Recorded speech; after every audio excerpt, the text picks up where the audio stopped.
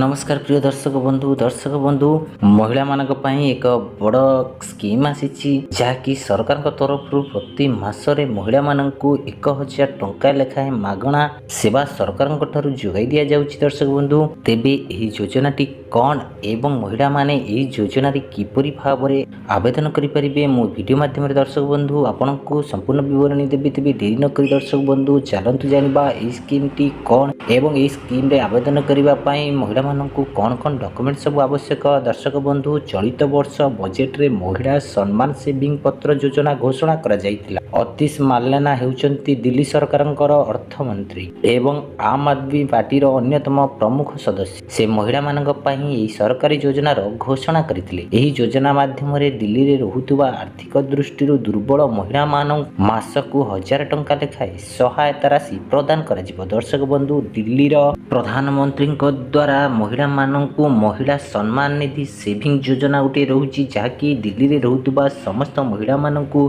सरकार तरफ प्रत्येक मास 1000 टंका लेखाएं प्रत्येक महिला मानकर अकाउंट को दिल्ली रो अर्थमंत्री छाड़ुछंती। तेबे जो माने दिल्ली रे बास करुछंती से माने एही योजना रे शामिल होई परिबे, किंतु ई योजना आपण जति ओडिसा रो लोक होई दिल्ली रे रहउछंती आपण माने भी एही योजना रे लाभ उठाई परिबे। तेबे दर्शक बंधु डेरी न करी आसंतु जानिबा संपूर्ण वीडियोटी महिला सम्मान संचय योजना। एही योजनार मूल उद्देश्य हेउची दिल्ली रे रहुतुबा महिला मानकू आर्थिक दृष्टि मजबूत करिबा।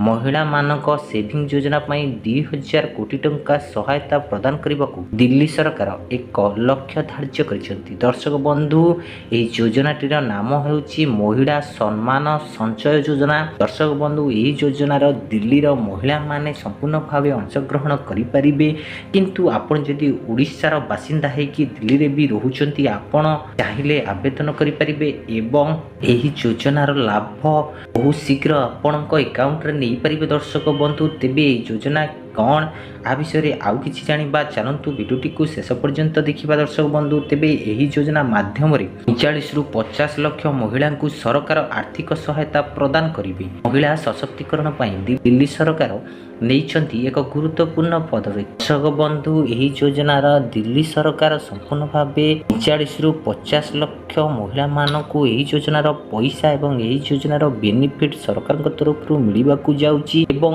एही योजना रे जो माने आवेदन करिसंती सेमानंकू भी प्रथम किस्ती द्वितीय किस्ती एवं तृतीय किस्तीर पैसा बहुत शीघ्र आसिबाकू जाउची। एबे महिला सम्मान सेविंग योजनार शुभारंभ 2024 आर्थिक वर्ष रे महिला सम्मान सेविंग योजना घोषणा करा जायतिला एवं एही योजना को जुलाई रु दिल्ली सरकार द्वारा परिचालित हेबो। एही योजना रे दिया जायतिबा सर्वाधिक सुध हार 7.5% जहाँ प्रति तृतीय मास रे महिलांक अकाउंट रे जमा हेबो। 18 वर्ष रु अधिक समस्त योग्य महिला को एही योजनार सुविधा दिया जिवो। दर्शक बंधु एही योजनाटी दिल्ली रे स्टार्ट होइतिला 2024 रे आरंभ होईची, माने ए जस्ट आरंभ होईची। यार क्राइटेरिया रहउची आपण संपूर्ण भाव रे 18 वर्ष रु ऊर्ध्व होइतिबा दरकार एवं आपनको प्रत्येक मास 7.5% सुधर पैसा आपनको बैंक अकाउंट रे आसीबो। दर्शक बंधु तेबे एही योजना पई आवश्यक डॉक्यूमेंट्स जदि आपण मध्ये एही योजना पई आवेदन करबाकू चाहंती तेबे आपनको एही दलिल गुड़िक आवश्यक है, यथा पान कार्ड,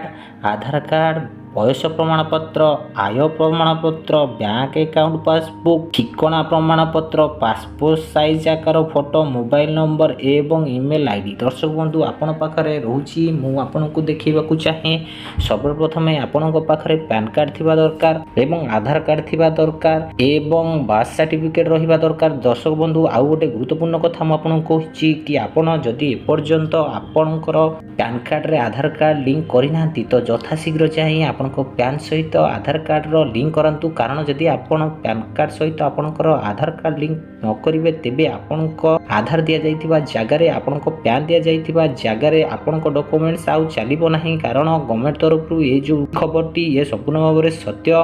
तेबे आपण किपरि भाव रे ए योजना रे आवेदन करिवे आपणको समस्तंकर सूचना पई जणाई देउछु जे महिला सम्मान सेविंग योजना पई आवश्यक एपर्यंत आरंभ होइना। एही योजनार आवेदन प्रक्रिया विषय ବିଷୟରେ ସୂଚନା ପାଇବା ପାଇଁ ସମୟ ସମୟରେ ଆମର ୱେବସାଇଟ୍ ପରିଦର୍ଶନ କରନ୍ତୁ। ଦର୍ଶକ ବନ୍ଧୁ, ଦିଲ୍ଲୀର ଗୋଟେ ୱେବସାଇଟ୍ ରହିଛି, ଆପଣ ଦେଖନ୍ତୁ delhi.gov.in। ଏହି ସାଇଟ୍ରେ ଯାଇ ଆପଣ ଚେକ୍ ଆଉଟ୍ କରିପାରିବେ ଏହି ଯୋଜନାର ଆରମ୍ଭ କେବେ ହେବ, ମହିଳାମାନଙ୍କୁ କେବେଠାରୁ ସମ୍ପୂର୍ଣ୍ଣ ଭାବରେ 1000 ଟଙ୍କା ଲେଖାଏଁ ମାସିକ ସରକାରଙ୍କଠାରୁ ମିଳିବ। ଏହି ଯୋଜନାରେ ସମ୍ପୂର୍ଣ୍ଣ ଭାବେ 45 ଲକ୍ଷରୁ 50 ଲକ୍ଷ ପର୍ଯ୍ୟନ୍ତ ମହିଳା ସାମିଲ ହୋଇପାରିବେ, ଯାହାକି ସେମାନେ ଦିଲ୍ଲୀରେ ରହୁଥିବା ମହିଳା ବି ଆବେଦନ କରିପାରିବେ। ଆପଣ ବି ଆବେଦନ କରିପାରିବେ। ଯଦି ଆପଣ ଦିଲ୍ଲୀରେ ରହି ଓଡ଼ିଆ ଏହି ଭିଡ଼ିଓଟିକି ଦେଖୁଛନ୍ତି, ତେବେ ଆପଣ ନିଶ୍ଚିନ୍ତ ଭାବରେ ଏହି ଯୋଜନାର ଲାଭ ଉଠାଇ ପାରିବେ। ଦର୍ଶକ ବନ୍ଧୁ, ତା ପୂର୍ବରୁ ମୁଁ କହି ରଖୁଛି ଦର୍ଶକ ବନ୍ଧୁ, ଏଠି ବାର୍ଥ ସାର୍ଟିଫିକେଟ୍ ବି ଦରକାର। ଯଦି ଆପଣଙ୍କ ପାଖରେ ବାର୍ଥ ସାର୍ଟିଫିକେଟ୍ ନାହିଁ, ମେଟ୍ରିକ୍ ସାର୍ଟିଫିକେଟ୍ ବି ହେଲେ ଚଳିବ, କିନ୍ତୁ ଆପଣଙ୍କର ଡକୁମେଣ୍ଟ ସବୁ ଠିକ୍ ଥିବା ଦରକାର, ଆପଣ ସହଜରେ ଆବେଦନ କରିପାରିବେ।